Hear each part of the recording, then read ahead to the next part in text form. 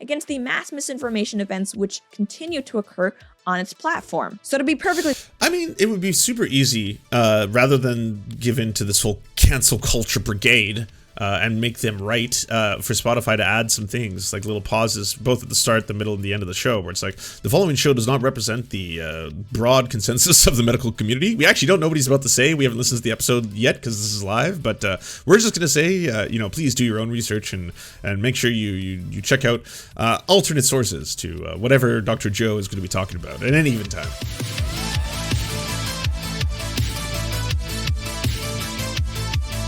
Hey, Lauren here. Let's talk about how science demands Joe Rogan be censored. Okay. Or at least that is according to the media and several hundred scientists. And yes, I am putting scientists in air quotes. I will be explaining why. If you've been following the news, it's no secret that the establishment does not like Joe Rogan. They don't like him one bit. He is constantly smeared as a conspiracy theorist, as an extremist, you name it. And I know there are people out there who are going to say, well, Joe Rogan is part of the establishment. He has this huge platform. He has this Spotify deal. He's a UFC commentator. And it's like, no, he is an established figure, no doubt, that has come from, you know, years and years of being in the media and just having many millions of fans across the world. But he is absolutely not part of the establishment, which is why they're trying their darndest to get him deplatformed, to get him dropped by the UFC, and to get him kicked off of Spotify. The truth is, in 2022, whether we like it or not, the reality is that the media, big tech, and the government, they have a stranglehold on information. For all intents and purposes, you cannot say anything that goes against the established narrative. I mean, really. This is such a wild and original thought. This is the first time I've heard anyone say this, but this is really opening my eyes to the way the world really works. I feel almost like a sheep, you know, like a person sheep, a people sheep almost. If only there was a word for this. If you try to say something that goes against what the experts are saying in regard to the 2020 election or the pandemic, you will be kicked off of social media, you will be ridiculed, you will potentially lose your job. If things get bad enough, you may even have your bank accounts closed. It's a scary state of affairs, and this isn't something that's happened over the election results. So basically, yeah, we live in the post-truth world, and in the post-truth world, I guess it's completely acceptable for people to lie about election results, and then for media figures like Lauren to promote those lies and have everyone think that, yes, in fact, Donald Trump did win the election. He's not living in a world of complete and utter delusion. This is not because he has a very fragile ego, so please go forth and keep telling that. I mean, you do have remarkable freedom in the US of A. I mean, we always talk about, like, you know, the Lauren Chens and the other kind of pundits who kind of, like, you know, dance around what is acceptable. But man, on some of those alt channels, like not even own, like if you go into like even more hardcore right-wing channels, like have you ever seen the COVID misinformation ones, or should I call it the COOF, where they're like, they show actual DNA strands and stuff, and they'll interview people who are like, yeah, I'm completely convinced it's put a lizard inside me. It's changed parts of my body. It's changing my nucleotides. That's for sure. I mean, I used my 4th doctorate that I got from the University of Online to figure this out. And you're just like, wow, this is just happening, you know? I mean, it's like Alex Jones on public access television. It's just happening right now. Overnight, although I will say that over the past 2 years, the effort to censor people has definitely gotten a lot bolder and things have been accelerating. But Joe Rogan at the moment kind of presents a problem for the people who wish to... By the way, the way capitalism has set up how there's a very small handful of monopolies that control all media and all tech, that's what caused the problem. That's what caused the problem that she's worried about as well. Like, they'll never talk about that. They'll never get to that point. But this was like the inevitable conclusion. And now that they've gotten there, it's this whole like, okay, well, I mean, if we have to play by their rules, can we just say that no one gets censored for anything? Like everything is okay. So like, you know, Nazis can spread Nazi stuff and like Holocaust denial stuff, and that's okay. And at the same time, I can talk about like, you know, how like the vaccine may cause autism and things like that. Like everything is okay. Can we have that as a rule? Super Monkey Team Go. Thank you. It's a fucking great name.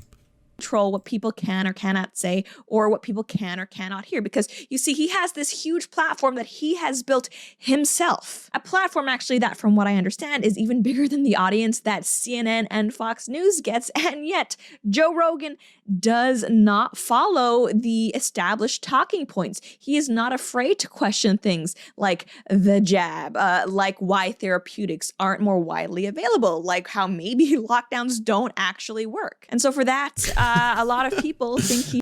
So basically pseudoscience, like, you know, flying in the face of what both the scientific community and like direct evidence has demonstrated. Like for the jab, it's what 99.5% of all the people who are dying from COVID-19 are dying from that, are unvaccinated. So that one's kind of borne out.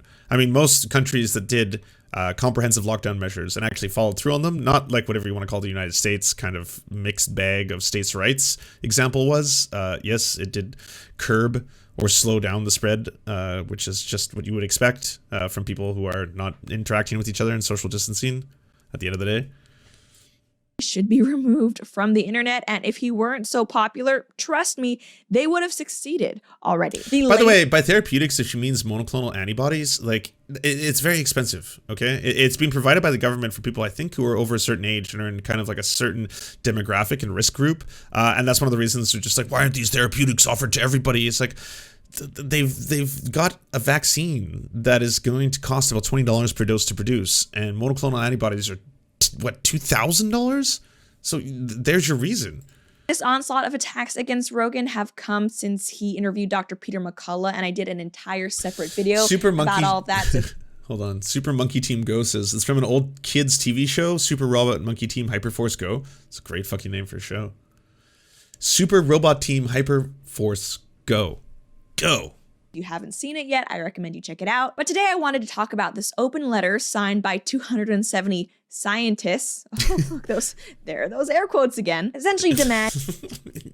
It's almost like she doesn't know what they mean. It's just she knows it's kind of adds a little gravity to the situation if she uses them. I think that Joe Rogan be censored in some sort of way, either labeled misinformation while on Spotify, or heck, even kicked off of Spotify entirely. And of course, once this letter was released, the media has been eating it up. The media has done a lot of reporting on this letter, like I mentioned, but I wanted us to actually go through what it says together and see why, allegedly, science demands that Joe Rogan be shut up and these conversations be shut down. Before we get into it, though, I do want to say a huge whopping thank you to today's sponsor, Health with Lauren. One of the main causes of lines and wrinkles as we age is a lack of collagen. I have all the collagen I need. I've got too much collagen. Disagree with you, and furthermore, science is not consensus-based, science is evidence-based. In the Middle Ages, all scientists agreed that bloodletting was the cure to... Oh, great. Okay, so I'm going to skip forward because she's going to do the thing that they've been doing for a while in the like anti-vax light crowd. It's just like, well, did you know that science has been bad before? Have you heard of eugenics? Yeah, that was science. Have you heard of skull measuring? Yeah, science as well. Science is incredibly flawed, and we must look at it as this mixed bag of we don't know what the fuckery. At the end of the day, if you want to, I guess, trust the scientific community, if you want to look at broader studies, look at meta-studies. They combine various studies. It's in the name. It's kind of neat. And then they can give you far better conclusions for the things you seek. Like, for example, ivermectin. You see, when you look at the meta-study, when it combines the studies and actually adjusts for the studies that have also been removed due to flawed methodology, it eventually paints a picture that there's, in fact, not really any advantage to taking ivermectin to prevent COVID or to treat COVID-19. So there you have it. Pretty much all your ailments, but that didn't make it true. Anyway, I could go on about this for a while, so let's just get into the immunology, epidemiology, and neuroscience, and we are calling on Spotify to take action against the mass misinformation events which continue to occur on its platform. So to be perfectly... I mean, it would be super easy, rather than give in to this whole cancel culture brigade, and make them right, for Spotify to add some things, like little pauses, both at the start, the middle, and the end of the show, where it's like, the following show does not represent the broad consensus of the medical community. We actually don't know what he's about to say. We haven't listened to the episode yet because this is live, but we're just going to say, please do your own research and make sure you check out alternate sources to whatever Dr. Joe is going to be talking about at any given time. Clear here, this letter is explicitly calling for Joe Rogan to be deplatformed or censored in some way. It says, with an estimated 11 million listeners per episode, JRE is the world's largest podcast and has tremendous influence, though Spotify has a responsibility to mitigate the spread of misinformation on its platform. Why would they do that? I don't understand. This. Well, this comes to a bigger question. So say that this wasn't just within the realm of a broadcaster, because a broadcaster still has to fall under, say, if you're in Canada, broadcasters have to fall under certain licensing restrictions if you're on the radio by the CRTC, as in that there's a handful of things. There is a codes of conduct, words you can and cannot say, obviously. Now, the internet is separate than that. That's what causes a little bit more concern. There's been discussion before about, hey, is this something that people should interject in? But I want to ask you, at what point do you think it is unnecessary to try and curb medical misinformation that directly results in death, which is kind of what we're talking about here, right? Because you do have the largest platform. Joe Rogan's got the biggest podcast in the world. We've got millions and millions of people who listen to it. And we currently have a very large problem on our hands in the United States specifically, where there's a large percentage of the population who mostly follow along conservative lines, who do not want to get vaccinated for whatever variety of reasons. And this is becoming, again, a problem, a disease of the unvaccinated, in terms of like people who are being hospitalized, people who are dying. And so they are obviously adding to the medical system. So at what point does Spotify want to take some kind of a stand in this? I'm not necessarily saying that Spotify has to, because I'm sure the contract with Joe Rogan is probably pretty ironclad in terms of Joe was like, I get to say whatever I want, and they're like, fine, we get to randomly delete episodes whenever we want, and that was it. And that's kind of how it's been, right? They'll randomly just delete an Alex Jones episode, and then Joe Rogan will go on another episode and say whatever the fuck he wants. Kind of seems to be the deal that they've got going behind the scenes. So I don't know. Maybe Spotify could start by adding disclaimers at the start and the end of the episode, similar to what Twitter started doing. I mean, if nothing else, it did create for a lot of people getting really, really mad that they'd have that little blue thing pop up underneath the tweets where it's like, this may be COVID misinformation. Scientists disagree with the statement the President of the United States has just made. How about a mass letter demanding pharma make the vaccine available, or the U.S. government make tests and mass widely available, guaranteed pay down for workers in the vaccine? Puddle, I'm going to be honest, this sounds better. How about a mass letter demanding pharma make the vaccine available, or the U.S. government makes tests and masks widely available, guaranteed pay down for workers getting the vaccine? I would add to this, how about demanding that pharma also is now responsible for vaccinating the planet? They have to export and ship a huge amount, altruism, we'll call it that, just based on the amount of obscene profits they've made since the pandemic started. They can also start doing a mass vaccination program of distributing vaccines to other countries, and if they need some assistance in that, we'll help them out.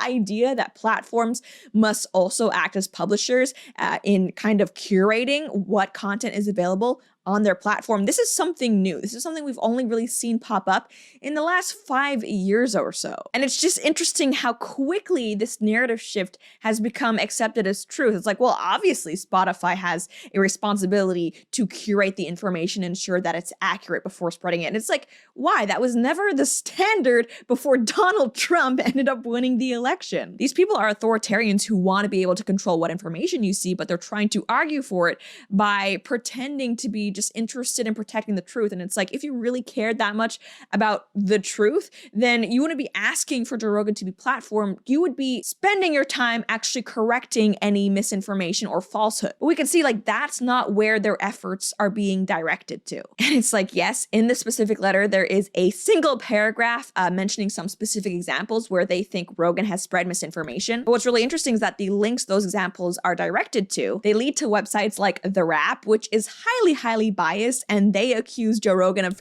trying to convince young people not to. Okay, so she's going to do this whole ad hominem attack on the behalf of Joe. I mean, we went through the list. It's pretty bad. I mean, it's pretty bad. He did spend a year spreading so many different kinds of COVID-19 misinformation, so much of it falsifiable, and a lot of it was stuff that he ended up apologizing for because he was like, okay, that was factually incorrect. Like, he initially said that if you're 20 and healthy and in shape, there's no reason why you should be vaccinated. And he's like, why would you get vaccinated? I don't understand that. If you're like 20 and you're in shape and everything, bro, like, I don't get it. Which is like, obviously now at this point, we know like that's really, really bad advice to be telling people, especially the fucking millions, probably 20-year-olds who listen to you and idolize you.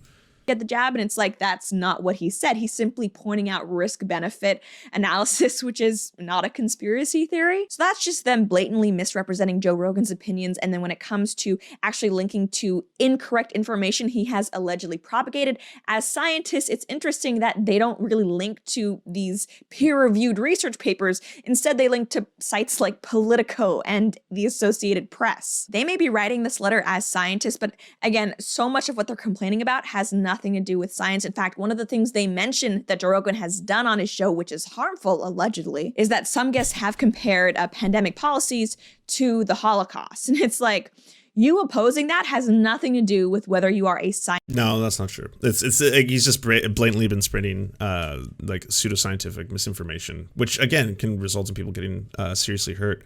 Like the ivermectin thing, which everyone on the right was so excited to be like, CNN fucked up. Check this out. Look, they lied.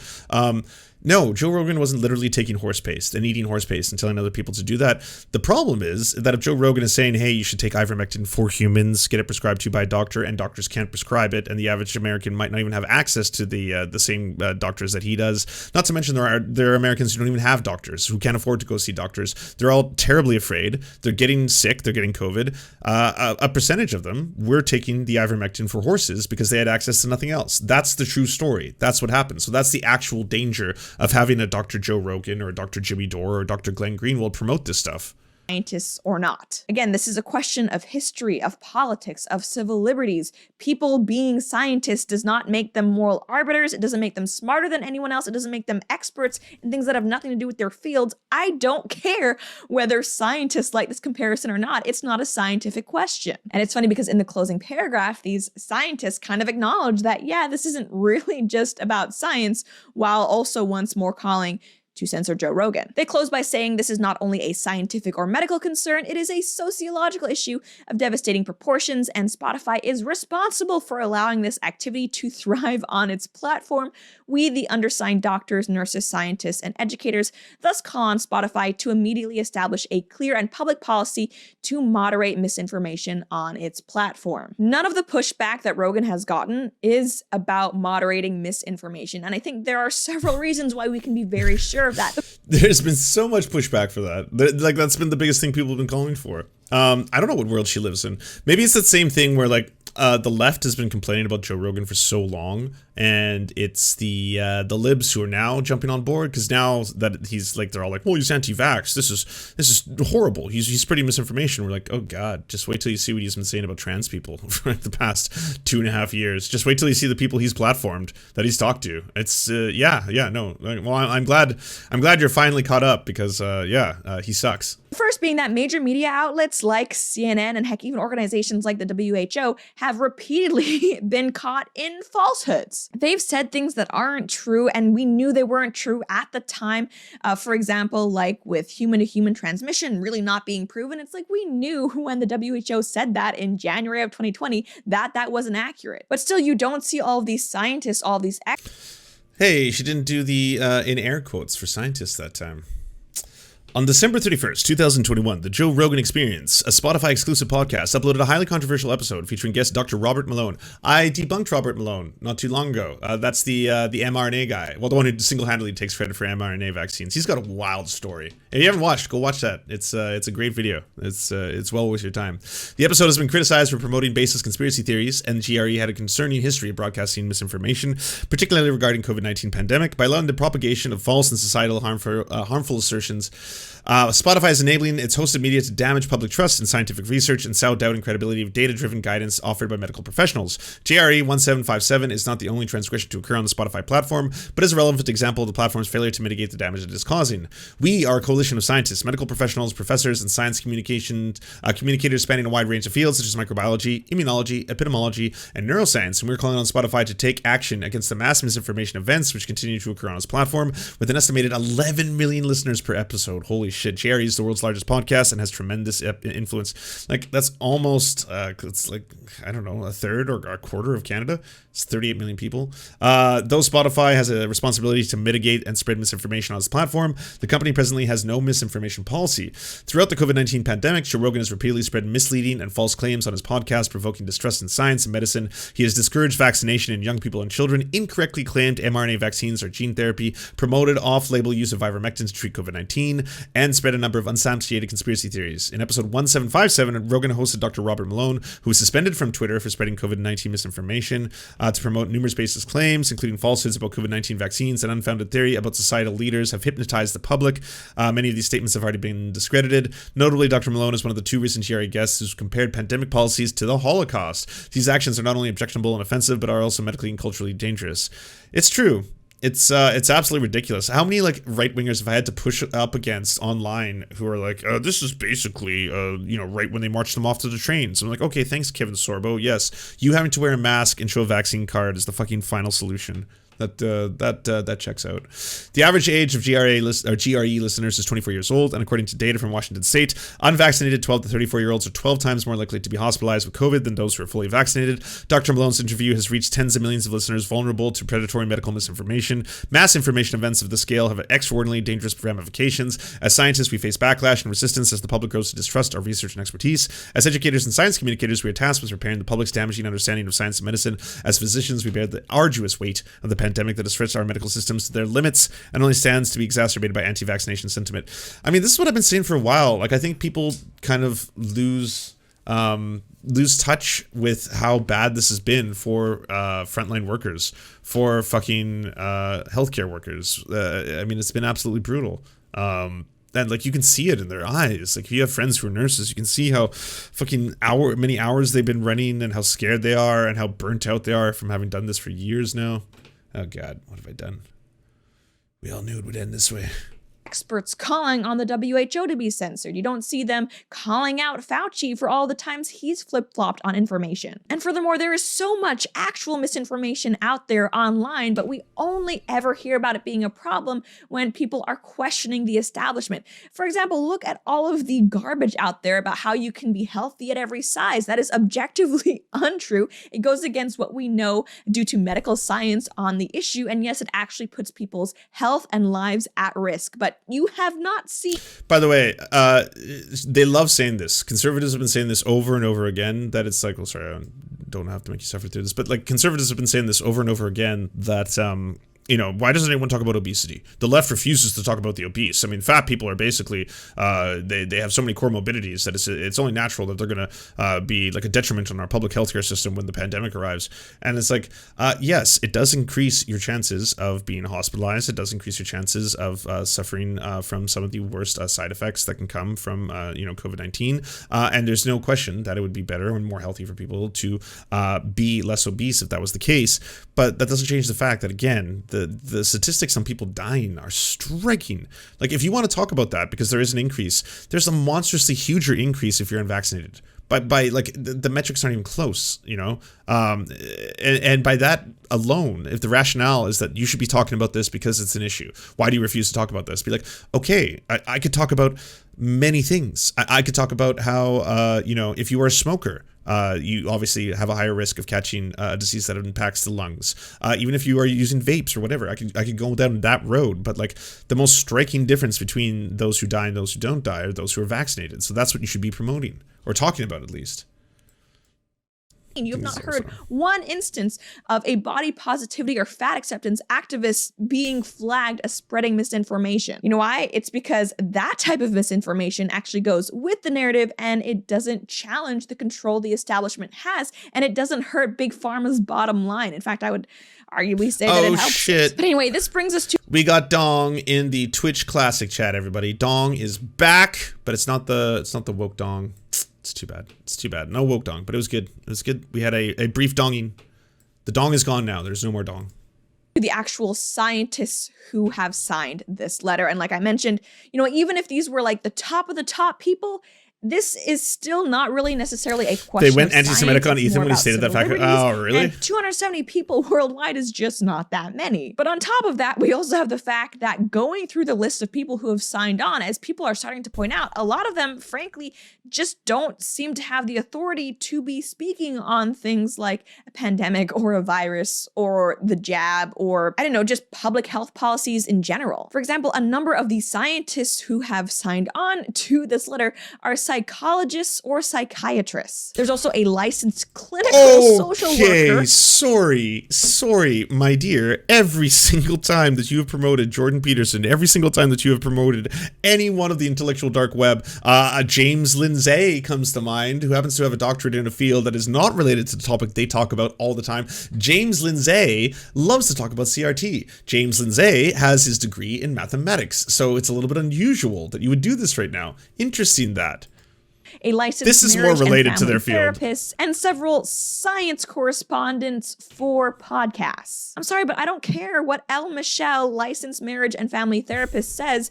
She should not be able to dictate what information I get to hear about on Spotify or what guests Joe Rogan interviews. And the fact that it would even cross these people's minds. So psychiatrists are medical doctors? Yes, but like, they're not directly related to the field of virology, immunology, right? That was the argument you could make. Gave P10_ the pot smoker 57 a tier 1 subscription. Thank you, Cheeto. I appreciate that. It's very generous of you.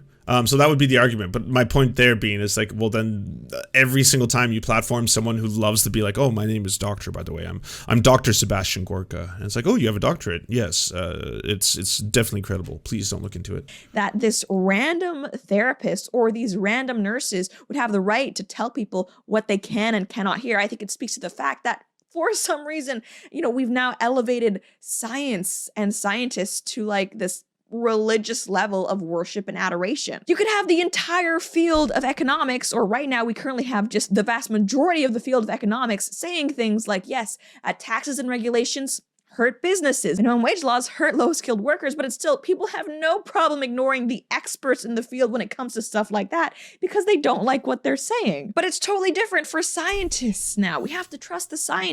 Yeah, I don't know, Lauren. I mean, maybe it's just me. I'm not a scientist, and I don't know the first thing when it comes to virology. So, yeah, I kind of trust in people who have a lot more expertise in that field than, I don't know, podcasters and YouTubers and you.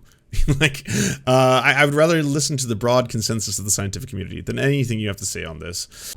Do you enjoy the Serfs but prefer not to have to use your eyeballs? Many are saying this. Well, we've got the solution for you. It's the Serf Times in podcast form, available on most major podcasting networks now. If you enjoy it, please consider leaving a good review and feedback because it really helps the show out, apparently, and it's free, just like the podcast. To our gods, Xander Corvus and Peyton L. Just, we beseech thee to smite down our enemies. To our monarch, Tom Spiker, we are but your humble court jesters, here to amuse you. To our lords, Trevor R., we give thanks for this spit of land for us to eke out this meager existence. To our knights, Merid, Cheryl Alvarez, Ruby Kelly, Ellie Leslie, Alex P., Brandon, Words Greenwood, Nate, that one guy, Hagbird Celine, Matthew Scarborough, Stellar Vision, Ariane McCarthy, Daniel Sutton, Coulter Smith, Val 9000, Jenna Tall, Quiet 185, Anna Loves Riley, Omni, Riley and Anna, Poodlehawk, The Tim Caucus, Multimondi, Trevor Yanis, Lemmy 101, Anthropophojak, Saren 42, Catherine, Radical Maniac, Ramon Acosta, Nkosin, Violent Orchard, Sophie Baby, Political Puppy, Andreas Chiringuito, Zach Christensen, Josh Mickelson, Todd Buckingham, and Todd Lajeunesse. We raise our flag in a veil, and we salute you, our friends.